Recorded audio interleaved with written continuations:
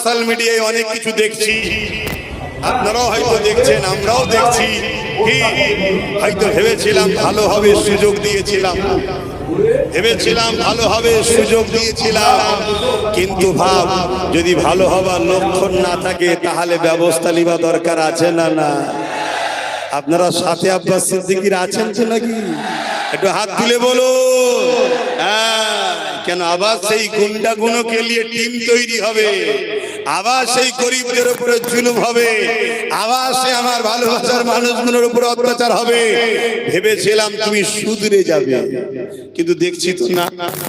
একটা প্রবাদ বাক্য আছে, যার নোংরাই মুখ দিয়া অভ্যেস, সহজে সে ভালো জিনিসে মুখ দিতে।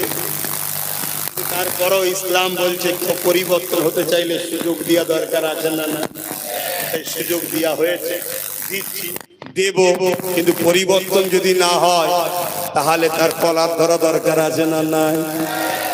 তখন আবার চুমচা করবেন না, কথা বলেন। পরের উপরে ডিপেন্ড করো না, নিজের উপরে ডিপেন্ড করো। ও লড়বে, আমি দেখবো না, আমি লড়বো, এটাই হলো বিরক্তের কাজ। এই হাজার লোকের ভিড়ের মধ্যে দাঁড়িয়ে নয়, একা চলো, হাজার ভিড় তোমার উপর ভরসা করবে। জোরে বলুন সুবহানাল্লাহ। আমি দেখেছেন যে একা চলি, রাত 12টা, 1টা, 2টো, 3টে, কোথায় মালদা, কোথায় মুর্শিদাবাদ, বিভিন্ন জায়গায় গাড়িতে সফর করে রাত্রি ঘুরে বেড়াই।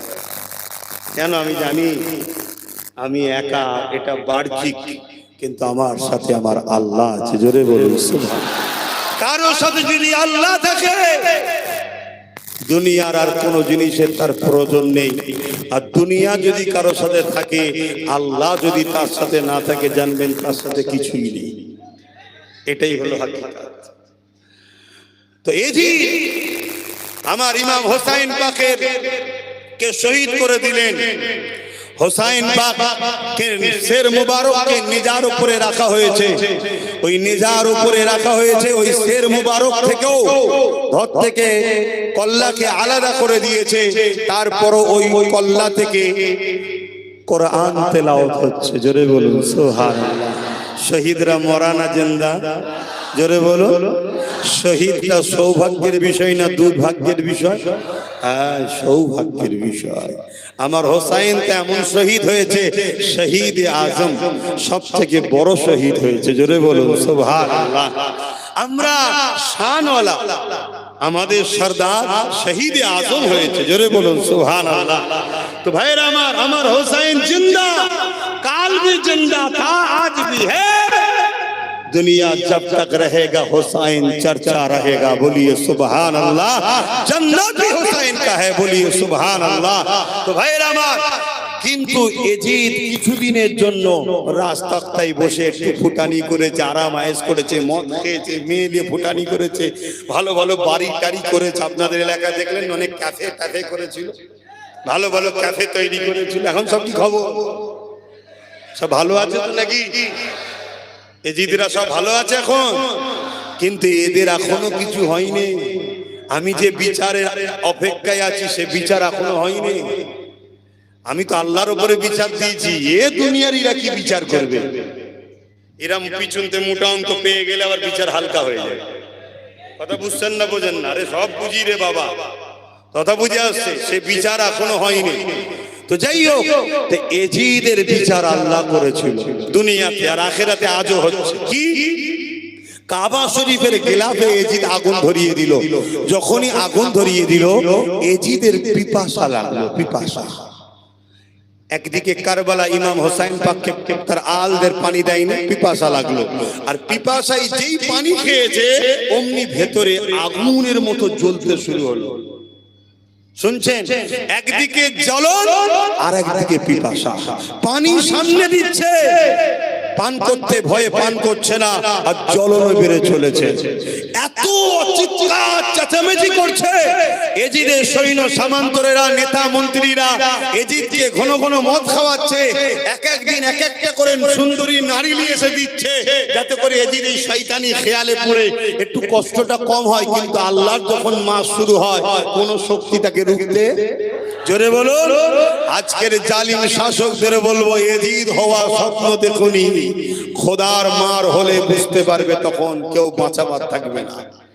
তো ভাইরা আমার, এই অবস্থা দেখে এজিদের সৈন্য সামন্তররা তারাই বলতে লাগলো যে এজিদকে আমরা এলাকা থেকে সরাতে হবে, নাই মানুষ রাতকে রাত ঘুমোতে পারছে না, তার চিৎকার চেঁচামেচিতে তারা আপনজনরাই তাকে ঘৃণা করছে ঘর থেকে বার করে দিবার জন্য। কি করা যায়? এক কাজ করো, এজিদকে জঙ্গলে নিয়ে যাব। তা কি বলে নিয়ে যাব? এজিদ একটা বাঁদর পুষেছিল, শুনছেন তো নাকি? আমরাও সোশ্যাল মিডিয়ায় দেখি আজকের কোন এজিদ আবার বাঁদর নিয়ে বসে থাকে, দেখেছেন না? এজিদ একটা বাঁদর পুষেছিল, বাঁদরটা এজিদকে খুব ভালোবাসতো। কিন্তু যেদিন ইমাম হোসাইন পাককে শহীদ করেছে, ওই দিন বাঁদরটা এজিদকে ছেড়ে চলে গেছে। এটা অবলা পশু শিক্ষা দিচ্ছে, তুই শয়তান, ছেড়ে চলে গেছে। তো এজিদকে বললো, আপনার বাঁদরটা চলেন খুঁজতে বেরোই, বলে ওই বলে বাহানা করে জঙ্গলে নিয়ে গেল। কিন্তু তার চিৎকার চেঁচামেচি, জ্বলনের কষ্ট কোনোভাবে বন্ধ হচ্ছে না। পানি চাইছে, পানি দেখলেই জ্বলন বেড়ে যাচ্ছে, ভয়ে পান করতে পারছে না। এই অবস্থায় এজিদ ঘোড়া নিয়ে যাচ্ছে জঙ্গলে। কিন্তু একটা সময় দেখা যায় এজিদ যে ঘোড়ার উপরে বসেছিল, সেই ঘোড়া দ্রুত ছুটতে শুরু করলো। হঠাৎ করে ছুটতে শুরু করেছে, তাকে থামাবার চেষ্টা করছে, কিন্তু থামাতে আর পারছে না। লাস্টে এই দ্রুত ছোটা এমন ডিসব্যালেন্স হলো, এজিদ ঘোড়ার পিঠ থেকে পড়লো, একটা পা ঘোড়ার পাদানিতে জড়ালো, তার মাথা কখনো এ পাথরে, কখনো এ পাহাড়ে, কখনো এখানে আঘাত হতে হতে হতে হতে তার মাথার ঘিনু, চোখ, শরীরের বিভিন্ন অঙ্গ ছিন্ন বিচ্ছিন্ন হতে হতে হতে হতে বেউজ্জতির মরণ হয়ে এজিদ জাহান্নামে চলে গেল। 3 বছর মাত্র ছিল। ক বছর? আজও এজিদ জাহান্নামে জ্বলছে না জ্বলে না? হ্যাঁ, জোরে বলেন। তাহলে এই 3টে বছরের জন্য এজিদ কি ক্ষতি করলো? তাই আপনাদের ঘরে ইতিহাস নিয়ে শিক্ষা নিতে হবে। আজও এজিদের পক্ষে লোক রয়েছে, আজও জালিম শাসক রয়েছে, আজও অত্যাচারীরা রয়েছে, আজও খুনিরা রয়েছে, আজও চরিত্রহীনরা রয়েছে। এই উম্মতে মুহাম্মাদি আল্লাহ তোমাকে আমাকে পরীক্ষা নেবে। যেমন আব্বা জান সাইয়্যিদুনা ইব্রাহিম আলাইহিস সালামকে আল্লাহ পরীক্ষা নিয়েছিলেন। যুবকেরা, তরুণেরা, কখনো আওলাদের মায়ার পরীক্ষা নিয়েছে, কখনো ধন দৌলতের পরীক্ষা নিয়েছে, কখনো স্ত্রীর মায়ার পরীক্ষা নিয়েছে, আবার কখনো নমরুদকে দিয়ে ইব্রাহিম আলাইহিস সালামের জানের পরীক্ষা নিয়েছে। ইব্রাহিম আলাইহিস সালাম নমরুদের অত্যাচারের বিরুদ্ধে, নমরুদের মিথ্যাচারের বিরুদ্ধে, নমরুদের সন্ত্রাসের বিরুদ্ধে এমন করে ইব্রাহিম আলাইহিস সালাম প্রতিবাদ করতে লেগেছে। নমরুদ ছিল পৃথিবীর রাজা, এত বড় শক্তিশালী রাজা। এই নমরুদের বিরুদ্ধে ইব্রাহিম আলাইহিস সালাম বলতে লেগেছে। এই জন্য নমরুদ আগুন তৈরি করে ইব্রাহিম আলাইহিস সালামকে বড় ভয়ানক মরণ দিতে লেগেছে, যাতে করে মানুষ আর নমরুদের বিরুদ্ধে না বলে। এই আগুন তৈরি করেছে, এত কঠিন আগুন হয়েছে। তরুণেরা, ওই আগুনের কাছে কেউ যেতে পারছে না। ওপর দিয়ে যদি পাখি উড়ে যায়, ওই পাখিগুলো ঝলসে ঝলসে আগুনে পড়ে যাচ্ছে। এই অবস্থা দেখে ইব্রাহিম আলাইহিস সালামকে আগুনে কি করে ফেলবে, এই চিন্তা করে নমরুদ একটা কপিকল তৈরি করলো, যার দ্বারা খুঁড়িয়ে ছুঁড়ে আগুনে ফেলে দেওয়া হবে। ইব্রাহিম আলাইহিস সালামকে ওই আগুনের কাছে নিয়ে যাওয়া হলো। যুবকেরা, তরুণেরা, আগুনে নিয়ে যে কপিকল চরকিতে বসিয়ে দেওয়া হলো, এবারে ঘুরিয়ে ফেলে দেওয়া হবে। ইব্রাহিম আলাইহিস সালামকে জিজ্ঞাসা করা হচ্ছে। নমরুদ বলতে লেগেছে, ইব্রাহিম এখনো সময় আছে, পরিবর্তন হয়ে যাও, আমার দিকে চলে আসো। তোমাকে ইরাক দিয়ে দেবো, শাম দিয়ে দেবো, সিরিয়া দিয়ে দেবো, লেবানন দিয়ে দেবো, বিভিন্ন জায়গা তোমাকে দিয়ে দেবো, তুমি আমার দিকে চলে আসো। এ যুবকেরা, তরুণীরা, বাপেরা, জালিমরা তোমাকে আমাকে মারার থেকে বেশি আনন্দ পায় তুমি আমি যদি আল্লাহ রাসূলকে ছেড়ে দিয়ে তাদের দিকে চলে যায়। শুনছো তো নাকি? আর এটা প্রকৃত বিজয় নয় কাউকে মেরে দেওয়া, প্রকৃত বিজয় হলো তাকে তোমার করে নেওয়া। আমার রাসূলুল্লাহ কাউকে মারেনি, আমার নবী দুনিয়ার লোককে রাসূলের করে নিয়েছে। জোরে বলুন সুবহানাল্লাহ। কথা বুঝলে? আমার নবী পাককে রোমের সম্রাট মারার জন্য গুপ্তচর পাঠিয়েছে। এ অসুবিধা হচ্ছে নাকি? নরমেন থেকে গুপ্তচর পাঠিয়েছে। আমার নবী একটা গাছতলাতে আরাম করছেন, শুয়ে আছেন, আর উপরে দাঁড়িয়ে তরবাল তুলেছে। মুহাম্মদ সাল্লাল্লাহু আলাইহি ওয়াসাল্লাম তোমায় বাঁচাবে কি বলো? আল্লাহর নবী চোখ খুলে দেখছেন যে আমার উপরে তরবাল ধরে দাঁড়িয়ে আছে। আল্লাহর নবী বললেন, যিনি বানিয়েছেন আমাকে তিনিই বাঁচাবেন। সঙ্গে সঙ্গে তার হাত থেকে তরবালটা পড়ে গেল। আল্লাহর নবী তরবালটা তুলে নিলেন, নিয়ে রাসূলুল্লাহ উঠে দাঁড়িয়ে বললেন, এবার তোমাকে আমার হাত থেকে বাঁচাবে কে বলো? সেই রোমের গুপ্তচর যে এসেছিল রাসূলুল্লাহ কে মারতে, সে তখন আমার নবীর কদমে পড়ে গেল যে মুহাম্মদ তুমি আমার জান ভিক্ষা দাও। আল্লাহর নবী তাকে বললেন, এটাই তো দুঃখ, এটাই আফসোস, আমি ছিলাম জমিনে, সে তুমি ছিলে আমার উপরে, তুমি আমাকে মারতে চেয়েছিলে, আমি কি বলেছিলাম যে যে আমাকে বানিয়েছে সে আমাকেই মারবে, তখন তোমার হাত থেকে আমাকে বাঁচালো কে? তখন রোমের গুপ্তচরের ব্রেন খুলে গেল। সে তখন বলতে লেগেছে, সত্যি তো আমার বাজুতে একটা গায়েবী ধাক্কা হলো, যে ধাক্কাটা আল্লাহর ফেরেশতা ডানা দিয়ে ধাক্কা দিয়েছিল, তাই আমার হাত থেকে তরোয়াল পড়ে গেল। আল্লাহর নবী বলছেন, এটাই আমি বুঝাতে চাইছি, যিনি তোমাকে বাঁচিয়েছে তিনি আমাকেও বানিয়েছে, তিনি তোমাকে বাঁচাবে, তিনি হলেন আল্লাহ। জোরে বলুন সুবহানাল্লাহ। আমার নবী তাকে মেরে দিল না, আমার নবী তার দিলকে জয় করলো, সে মুহাম্মদ রাসূলুল্লাহকে রাসূল বলে মেনে নিল। জোরে বলুন সুবহানাল্লাহ। জুলুম আর হকের মধ্যে এটাই পার্থক্য। আমরা মানুষের দিলকে জয় করার চেষ্টা করি, তাকে সুযোগ দিই, পরিবর্তন হওয়ার জন্য বলি, তওবা করো, ইস্তেগফার করো, পরিবর্তন হও, হারাম খেও না, চুরি করো না, যা বদমাইশি করেছো তওবা করে পরিবর্তন হও। কিন্তু দুঃখের বিষয় 10টাকে নিলে হয়তো 5টা পরিবর্তন হয়ে যায়, কিন্তু 5টা পরিবর্তন হয় না। কিন্তু যখন হয় না, ইসলাম বলছে তার থেকে তুমি দূরত্ব বজায় রাখো। কথা বুঝে আসছে? আজও আমরা অনেককে সুযোগ দিয়েছি পরিবর্তন হবার জন্য, কিন্তু তারা যদি পরিবর্তন না হয় তাহলে দূরত্ব বজায় রাখতে হবে তো নাকি? কি বলছেন আপনারা? বাবাজান ইব্রাহিম আলাইহিস সালামকে চরকির উপরে বসিয়ে এবার ফেলবে আগুনে, অফার দিচ্ছে কি, আমার দিকে চলে আসো, আমার দিকে চলে আসো। যেমন আজকে এত লড়াই করে আর করে যাদের বিরুদ্ধে লড়লো, শুনছেন তো নাকি, তাদেরকেই আবার সব দলে ঢুকাচ্ছে, বলছে কোনো ভালো কি ঢুকাচ্ছে না, ঢুকাই নে। তাহলে যারা রোজিন কেস খেলো, মার খেলো, এ হলো, তাদের কি হবে? আমি এজন্যই বলেছিলাম টাকা রিপিট আর রিপিট, টাকা রিপিট আর রিপিট। এতদিনে এক কালারের অ্যাম্বুলেন্স দেখা যেত, সেই অ্যাম্বুলেন্সে স্টিকার চেঞ্জ করেছে আলাদা কালার। কথা বুঝছেন তো নাকি? সেই একই জিনিস। তাহলে আরো একবার আমাদেরকে ধাক্কা, জোরে বলুন, দিতে হবে, লড়াই করতে হবে। আর জিন্দেগিটাই তো আমাদের লড়াইয়ের নাকি?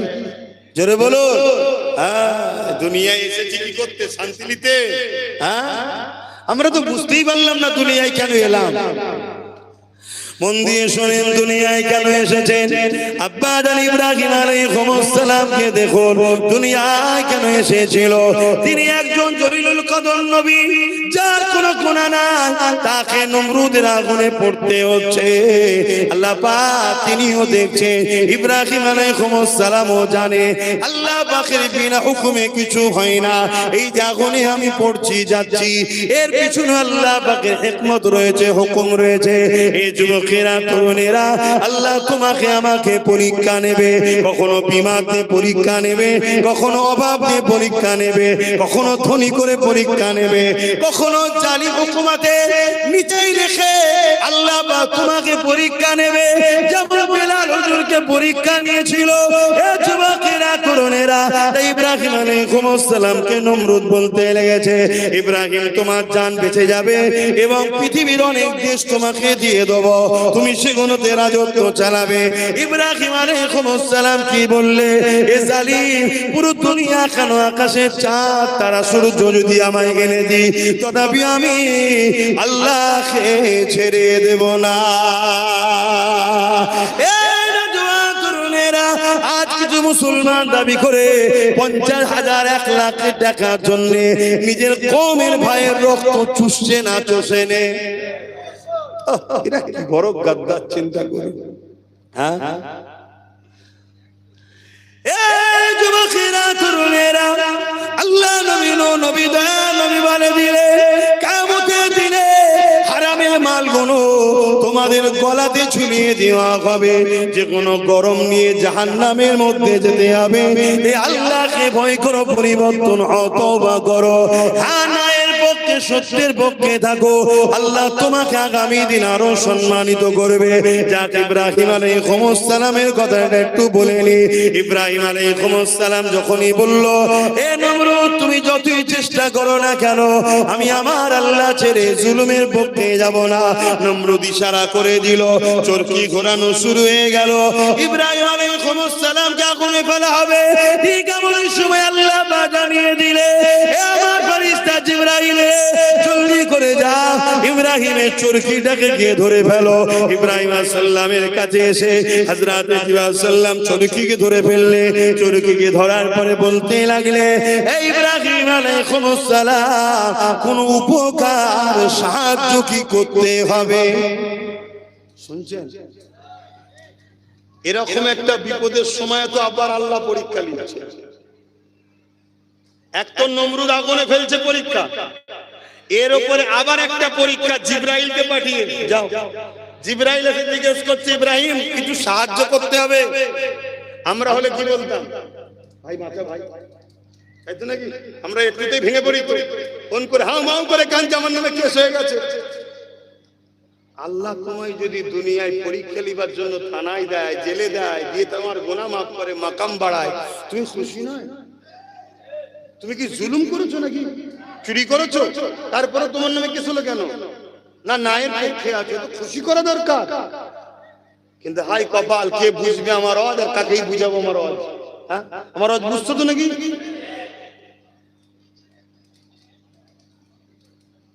তোমরা এক ধরনের জুলুমের শিকার হচ্ছে, আমি এক ধরনের জুলুমের শিকার হচ্ছি। তোমাদের জুলুম গায়ের উপরে হচ্ছে, শরীরের উপরে হচ্ছে, মালের উপরে হচ্ছে, ধন দৌলতের উপরে হচ্ছে, আর আমার জুলুমটা মেন্টালি টর্চারের উপর দিয়ে হচ্ছে। আর এই দুনিয়ায় সব থেকে মানুষ দ্রুত মারা যাচ্ছে মানসিক টেনশনে। আমাকে সেই টেনশনের উপরে জুলুম দেওয়া হচ্ছে। সবটা বলবো না, কেন বললে অসুবিধা আছে, কেন আমরা যা কিছু কথা আল্লাহর সঙ্গে শেয়ার করি। কেন আল্লাহ যেটা করছে আব্বাস সিদ্দিকী ভালোর জন্য করছে। এত সহজ আল্লাহ পাওয়া? বাজারে গেছো, 2 কেজি আপেল কিনবে, চেক করে লিওনি? 2 কেজি কি 1 ডজন মুসাম্মি নেবে, চেক করে লাও না? একটা মাটির কলসি কিনবে, বাজিয়ে লাও না? ও, তুমি সব আপন করবে যেগুলোকে, সব বাজিয়ে নিচ্ছ, আর আল্লাহ তোমায় জান্নাত দেবে, একটু বাজিয়ে নেবে না যে আমাকে কত ভালোবাসে? তুমি যদি আল্লাহর পক্ষে থাকো, ন্যায়ের পক্ষে থাকো, সত্যের পক্ষে থাকো, তুমি চিন্তা করো না। আমি মনে করি তোমাকে আল্লাহ শেষ পরীক্ষা নিচ্ছে, তাই একেবারে চরম ব্যথা জালিমকে বসিয়ে দিয়েছে। এরপরে আর কোনো ব্যথা আছে নাকি ভাই? সব ব্যথা তোমরা টেস্ট করে নিচ্ছে, একটাই বাকি ছিল কি? ৭৯ বছর তো এর ভয়ই ছিলাম, কি ছিলেন তো নাকি? হ্যাঁ, সেও তো এসে বসে গেছে। ধৈর্য ধরো, আল্লাহর উপরে ভরসা রাখো, নিজেরা ঐক্য একতা হও এবং রাসূলুল্লাহর হাদিসকে মানো। নবী বলেছে তোমরা কুরাইশের নেতৃত্ব মানো। কার নেতৃত্ব? কুরাইশ। কুরাইশ বংশের আওলাদ, দাদা পীরের আওলাদরা ধর্মীয় নেতৃত্ব দিচ্ছে, তোমরা মানছো, ঠিক আছে। আজকে কুরাইশ বংশেরই একটা ছেলে রাজনীতির নেতৃত্ব দিচ্ছে, তার সাথ দেওয়া দরকার আছে না? না, কি নাম জানো? আমি বলে গেলাম, এটা নেতৃত্ব মানতে হবে, কেন কুরাইশ বংশে বরকত থাকে। তোমরা তো দেখলে, কাউকে 28 বছর, কাউকে 34 বছর, কাউকে 15 বছর, দেখেছো তো নাকি?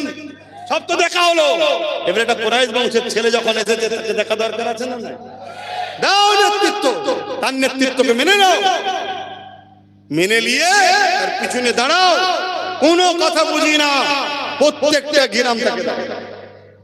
কথা বুঝে আসছে না? না, তাহলে একদম পুরো ও যদি এখানে থাকে, আমরা এখানে থাকবো, একটু ঘাড়ে গাড়ি, একটু ডিসব্যালেন্স হলেই আমরা উপরে। বুঝতে পারছো তো নাকি? হ্যাঁ, বাবেরা, নওজওয়ানে, তরুণেরা হযরত ইব্রাহিম আলাইহিস সালামকে যখন জিজ্ঞাসা করলেন, ভাই ইব্রাহিম, কোন সাহায্য কি করতে হবে? ইব্রাহিম আলাইহিস সালাম কি উত্তর দিয়েছিলেন? এ জিবরাইল, না না না, কোন সাহায্য লাগবে না, আপনি আমাকে ডিস্টার্ব করবেন না, আল্লাহ আমাকে পরীক্ষা নিচ্ছে। এই জিবরাইল, আপনি চলে যান, চলে যান, আমার জন্য আমার আল্লাহ পাকই যথেষ্ট। তোমরা তো ইব্রাহিম নবীর আওলাদ, প্রত্যেকটা মুসলমান তো ইব্রাহিম নবীর আওলাদ। ইব্রাহিম নবীর বেটাদের মুখ থেকে তো কথা বেরোনো দরকার, হাসবুনাল্লাহু ওয়া নি'মাল ওয়াকিল, নি'মাল মাওলা ওয়া নি'মান নাসির। আল্লাহ একমাত্র আমাদের জন্য যথেষ্ট। আমরা একমাত্র আল্লাহর উপরেই ভরসা করে চলি। কোন শাসকের জুলুমকে তোয়াক্কা করি না, কোন জালেমের ভয়কে, ক্ষমতাকে আমরা ভয় করি না। হ্যাঁ, জুলুম যেমন করি না, জুলুম কেউ করুক এটাও পছন্দ করি না। এই যুবকেরা, তরুণেরা, হযরত ইব্রাহিম আলাইহিসসালাম কি বলেছিলেন? এই ইব্রাহিম যাবার আগে আমার দুটো কথা শুনে যা। প্রথম নম্বর কথা হলো, আমি সেই আল্লাহর উপরে ভরসা রাখি, তিনি যদি ইব্রাহিমকে বাঁচাতে চায়, নমরুদের আগুনে ফেলে আগুনের মধ্যেও আল্লাহ আমায় বাঁচাতে পারে। এই যুবকেরা, তরুণেরা, আমরা যদি আল্লাহর উপরে ভরসা করি, আমার আল্লাহ পাক জালিম কত হুকুমাতের সময় যেমন বাঁচিয়ে রেখেছে, এরও সময় আল্লাহ পাক বাঁচিয়ে রাখতে পারে না। এই ভরসা একমাত্র কার উপরে করবে? আওয়াজ দিয়ে বলো, শাহাদত আকুল তুলে সাক্ষী দিয়ে বলো, কার উপরে? আরো জবান খুলে বলো আল্লাহ, আরো জোরে আল্লাহ, আল্লাহ, আল্লাহ। আমাদের জন্য আল্লাহ যথেষ্ট, ঠিক তো নাকি ভাইরা আমার, নওজওয়ানেরা আমার? দ্বিতীয় কথা কি বলেছিলেন? এই ইব্রাহিম শুনে রেখে দাও, আল্লাহ পাক যদি ইব্রাহিমকে নমরুদের আগুনে পুড়িয়ে ফয়সালা যদি তিনার হয়, আমি আমার আল্লাহর ফয়সালা, আল্লাহর রাজিতে একবার নয় হাজার বার যদি আল্লাহ জান দেয়, হাজার বার যদি নমরুদের আগুনে ফেলে পোড়ায়, আল্লাহর ফয়সালাতে আমি হাজার বার পুড়তে রাজি। আরো জোরে বলুন সুবহান। তাহলে আজকেও যদি এই জালিম শাসকের দ্বারা আল্লাহ যদি আমাদেরকে জেলে দিয়ে খুশি হয়, এটা যদি আল্লাহর ফয়সালা রাজি হয়, আমরা আল্লাহর রাজির জন্য প্রস্তুত আছি না? অতএব কিন্তু কোন জালিমের কাছে মাথা নত করব না। তুমি জেল দেখিয়ে, প্রশাসন দেখিয়ে, কোন আইন দেখিয়ে, ব্যক্তিগত কোনোভাবে তুমি আমাকে যদি জুলুমের দিকে নিয়ে যেতে চাও, সন্ত্রাসের দিকে নিয়ে যেতে চাও, পাপাচারের দিকে নিয়ে যেতে চাও, আমরা মরণকে পছন্দ করি, কিন্তু সন্ত্রাসবাদের দিকে যেতে রাজি নয়, ঠিক না বেঠি? হ্যাঁ, তবে আমি এতটুকু মনে করি, ঘরের দুশ্মনটাই ভয়ানক হয়, বাইরের দুশ্মন অত ভয়ানক হয় না। কিন্তু বাইরের দুশ্মন তো এখন আমার ঘরের নতুন করে আবার কিছু গাদ্দারকে সাথে নিচ্ছে, ঠিক না? এই গাদ্দার গুলোকে চিনে রাখো, এদেরও দিন আসবে। এদের মরণ যখন রাস্তাঘাটে কুকুর বিড়ালের মতো হবে, তখন যেন আমরা দুঃখ প্রকাশ না করি, আলহামদুলিল্লাহ বলবে। কি বলবে? আলহামদুলিল্লাহ বলবে। কেন? তুই মুসলিম দাবিদার হয়ে তোর মাদ্রাসা যারা মিটাতে চাইছে, তোর মসজিদকে যারা বুলডোজার দিয়ে ভাঙছে, তোর কবরস্থানকে যারা বুলডোজার দিয়ে ভেঙে দিচ্ছে, যারা তোর নবীর সাথে গুস্তাখি করছে, তোর আল্লাহর দ্বীনকে মিটাতে চাইছে, তুই মুসলমান দাবিদার হয়ে তুই আমার জাতের কলঙ্ক। তোর মতো সন্তান হয়ে মরে গেলে কমসে কম এই জাতকে এই কঠিন বিপদের সম্মুখীন হতে হতো। তোর কি এমন সমস্যা হয়েছে? তোর কি এমন সমস্যা হয়েছে? তুই দাগি ফেসে যাবি, জেলে যাবার ভয়? যা, জেলে যে 2-3 বছর খেটে বেরিয়ে আয়, তবুও বেঁচে যাবি। আর তুই যদি দুনিয়ার জেলের ভয়েতে গাদ্দারি সাথে সাথ দিস, মনে রাখবি তোর দুনিয়ার জেল তো হবেই, এরাই দেবে, আর পরকালটাও তোর ধ্বংস হবে। আমার রিপোর্টিং ঠিক আছে তো নাকি? খবর আমার কাছে যাই রে বাবা, তাই আমি সতর্ক করছি, সাবধান হয়ে যাও, নাই খোদার গজব যেদিন হবে। ওই ফেরাউনকে, মিশরের রাজা ছিল, বিরাট দাদা, ওর কথা আলাদা। হ্যাঁ, নমরুদের কথা, আল্লাহর সঙ্গে লড়াই করব। আজকে সেই নমরুদের কি খবর, ফেরাউনের কি খবর? আর গত দিনে যে বলেছিল কোরআন মিটে যাবে আমার উন্নয়ন মিটবে না, তার কি খবর? কই গো বলো না কি খবর? আজকে যে এসেছে তুমি মনে করো তো 7 দিয়ে 2 দিন থেকে বেঁচে যাব, এও যদি ভুল রাস্তায় যাই ও মিটে যাবে, বেশি দিন সময় লাগবে না। আমরা ইতিহাস দেখেছি, আর ইনশাআল্লাহ যে ব্লাড নিয়ে আমরা ঘুরছি, আমরা যুগে যুগে দুনিয়া ইতিহাস তৈরি করেছি, সেই ব্লাড আমাদের গায়ে আছে। সিদ্দিক আকবরের ব্লাড আমাদের গায়ে আছে। আরে কত পাওয়ার দেখেছি রে বাবা, কত বড় সুপার পাওয়ার দেখেছি। আর লাস্টে পোকা খাচ্ছে, জ্যান্ত মানুষকে পোকাতে খাচ্ছে, এমন রোগ হয়ে গেছে। আল্লাহকে ভয় করো, ভুল করবে না। যদি মনে হয় যে ভাই আমার একটু বাঁচার ব্যাপার আছে, চুপচাপ আছি, চুপচাপ থাকো, কিন্তু পাখামু করতে যেও না। হ্যাঁ, কেন অনেক কষ্ট করে এলাকার মানুষ একটু মাথা তুলেছে, এদের উপরে নতুন করে ফেতনা করতে যেও না। তো যাই হোক, নামাজের ব্যাপার আছে বাপ, নামাজের ব্যাপার আছে। তা আসুন আমরা একটু সালাত ও সালাম পাঠ করি। ইয়া নবী,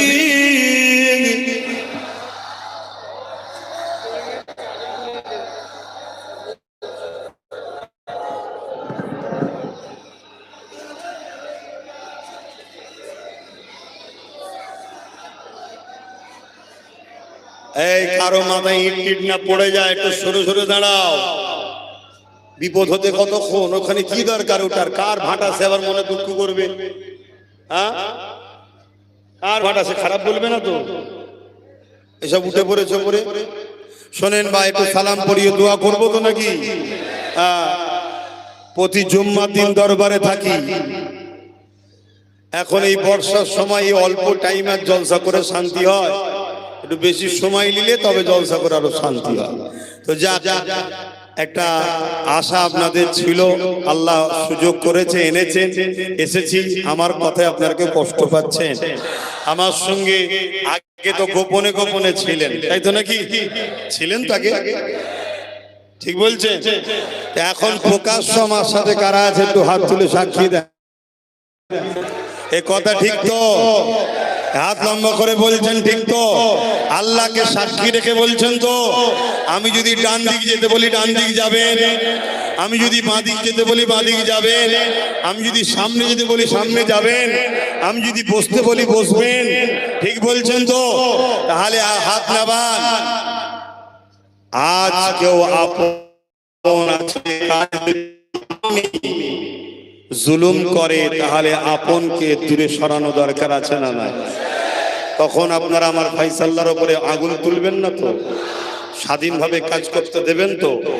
এটুকু মনে রাখবেন, ভরসা রাখতে হবে, ভরসা রাখতে হবে। হয়তো কাছে পাননি, কিন্তু দূর থেকে তো দেখেছেন। সেই একভাবে কিন্তু আব্বাস সিদ্দিকী যে জায়গায় ছিল সে জায়গায় দাঁড়িয়ে কিন্তু লড়ছি আমি, একভাবে। কখনো টলমলো দেখেছেন আমাকে? না। নীতি যার নেই সে তো 2 পায়ে নয়, চতুষ্পয়ে লোক, চতুষ্পয় পশু। নীতি থাকা দরকার একটা। আসুন, আমি আবার বলে যাচ্ছি, বিগত দিন যারা অন্য অন্য দিকে ছিলেন, কথা বুঝে আসছে, কিন্তু জুলুম টুলুম করেন, এমনি ছিলেন, ভালো লাগতো ছিলেন, বা চাপে ছিলেন, তাদের সবাইকে দরজা খুলে দিয়েছি। আসুন পিছনে দাঁড়ান, সামনে আসার স্বপ্ন এখন নেবেন না, পিছনে এসে দাঁড়ান। কথা শুনছেন তো নাকি? 2-4 বছর সংসার হোক, তারপরে আসবেন। ভুল করেছি, কিন্তু বিগত দিন যে কোনো একদম দাগি, কথা বুঝে আসছে, যাদের মুখ দেখলেই হয়তো উঁচু চলে যাবে, জালিম, অত্যাচারী, খুনি, বদমাই, লুটেরা, ভাই সেগুলোকে কোনোভাবে সম্ভব নয়। আপনারা কি বলছেন? আর সেইগুলো যদি ঘুরে আবার ওইদিকে চলে যায়, অসুবিধা আছে আপনাদের? মরে যাব তবুও ভালো, কিন্তু এই তাগিদে ঘরে নেওয়া সম্ভব নয় বাবা। কি গো, না ভয় আবার সরে যাবে? না না বাপ, না না। একটা দাঁত যদি একবার খসে না, বাকি কোনো অটোমেটিক খসার ব্যবস্থা হয়ে যায়। আর এই যে খসা যখন শুরু হয়েছে, কথা শুনছেন তো নাকি? আল্লাহ শুকর, অসুবিধে নেই। যারাই পাল্লা নেবে কিছুদিন টাইম লাগবে, সব খসিয়ে দেবো, চিন্তা করছেন কেন? শুধু শুধু এখানে ব্যাপার নয় তো, অনেক সময় রাত্রিরে হাত তোলারও ব্যাপার থাকে। বেশি কিছু বলছি না, কথা বুঝে আসছে তো? যাক, নামাজের দিকে খেয়াল করে আর বাড়াচ্ছি না, কিন্তু আপনারা ফাইসাল্লা একটু লিখে দেবে। এরপরও বলছি, প্রতি জুম্মায় দরবারে থাকি, যদি কারো কিছু জানাবার থাকে, অভিযোগ থাকে, সরে না গিয়ে লিখিত করে ফোন নাম্বার দিয়ে দরবারে পৌঁছে দেবেন। বসে কথা বলার সময় নেই ভাই। 10টা লোক যদি 5 মিনিট করে বলতে যাই, ব্যাস ওখানে 1 ঘন্টা সম্ভব কি? কিন্তু আমি ফ্রি সময় দেখে নেবো, আপনাকে ফোন করব, আপনার সঙ্গে কথা বলে নেবো, তাহলেই তো হয়ে গেল নাকি? আমার কাছে অনেক ভাই চিঠি দিয়েছে, সেখানে এই কদিন একটু অন্য একটা বাড়িতে কাজ ছিল, দেখার সময় পাইনি। ওটাও সামনে সপ্তাহে দেখে তাদেরকে ফোন করব, করে কথা বলবো ইনশাআল্লাহ।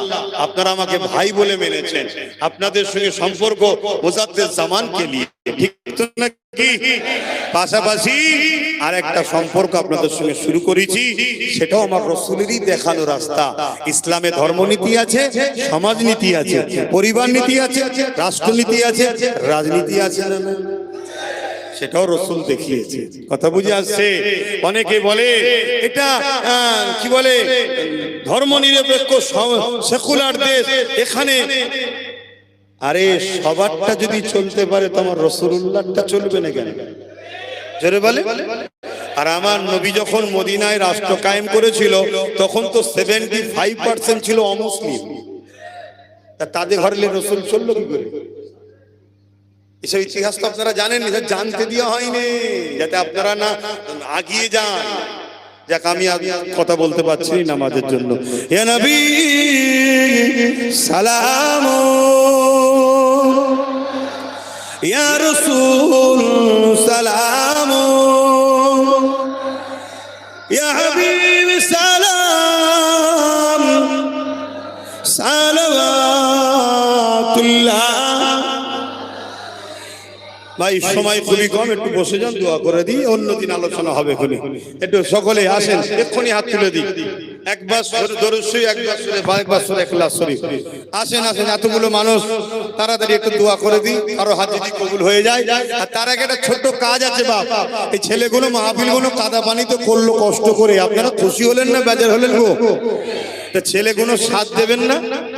মাহফিল করলে গুনাহ হয় না নেকি হয়? হুকুমত তো চাইছে মাদ্রাসা মিটিয়ে দেবো, ইসলামের শিক্ষা কেন্দ্র মিটিয়ে দেবো, এটাকেও তো মিটিয়ে দিবে চেষ্টা চলছে। আপনারা বানাবেন না? ছেলেরা যাচ্ছে, যার যা খুশি দেন, যার যা খুশি একটু শরীক হন। কই রে বাপ, একটু বেশি যাও, একটু বেশি করে যাও।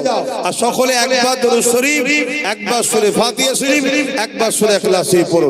একটু দাও, বেশি করে ছেলে দাও না। এখান থেকে ওঠেন না কেউ, উঠে হাতে করে নেন না। কমিটি গলায় ব্যাজ দিয়ে বসে আছে, হাতে করে নাও, কেউ টুপিতে পয়সা তুলবেন না। যার যা খুশি দাও, যার যা খুশি দাও, দাও। সবাই মিলে যদি 50-100 করে দাও, অনেক হয়ে যায়, কিন্তু কারো গায়ে লাগবে না। বিসমিল্লাহির রহমানির রহিম।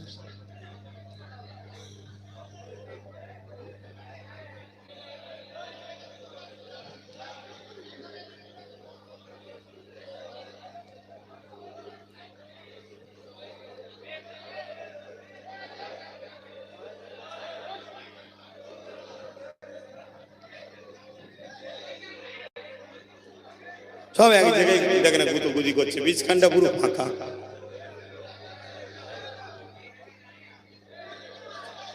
শোনেন ভাই, দোয়া হবে, দোয়ার পর আস্তে আস্তে যাবেন। ছোট ছোট বাচ্চারা আছে, দেখে দেখে যাবেন, মা বোনেরা বেউজ্জতি না হয় খেয়াল রাখবেন। খবরদার, কবিরা গুনাহ হবে, আল্লাহ নালত হয়ে যাবে, আল্লাহ নারাজ হয়ে যাবে।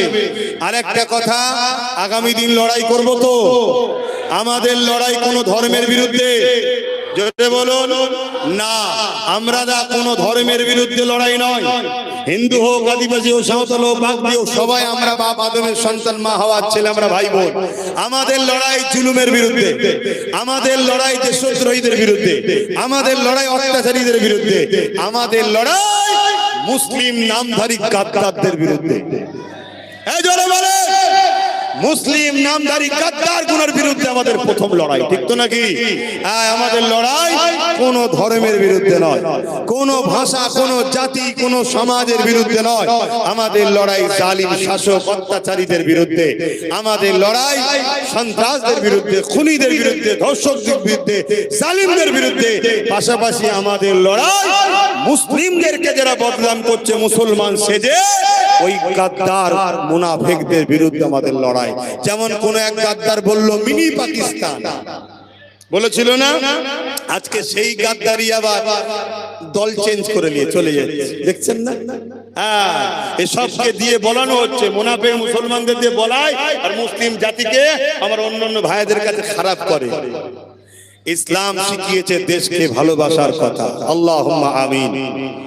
আয় আল্লাহ, আমার আব্বা গুনো ভাই গুনোকে নিয়ে এই পানি অবস্থায় হতে হতে হতে হতে রয়ে গেল, মেঘলা একভাবে হয়ে আছে। এই কাদা পানিতে চারিদিকে পানি, আকাশ থেকেও পানি পড়া শুরু হওয়ার পরও আজ এত হাজার হাজার মানুষ রয়ে গেল। আল্লাহ আল্লাহ, এটা আপনার দয়া। এদের হৃদয়ে আপনার দ্বীনের উপরে, কোরআনের উপরে, মজলিসের উপরে, আপনার নবীর বংশের আওলাদ আমি অধম গুনাহগারের উপরে যে ভালোবাসা, এই ভালোবাসাকে আপনি কবুল করেন। আল্লাহ আল্লাহ, এদের এই ভালোবাসাকে কবুল করে দুনিয়া একসাথে রাখেন, পরকালে একসাথে জান্নাত নসিব করবেন। আল্লাহ আয় আল্লাহ, এদেরকে কোরআনের প্রেমিক হিসাবে কবুল করেন, দ্বীনের মুজাহিদ হিসাবে কবুল করেন।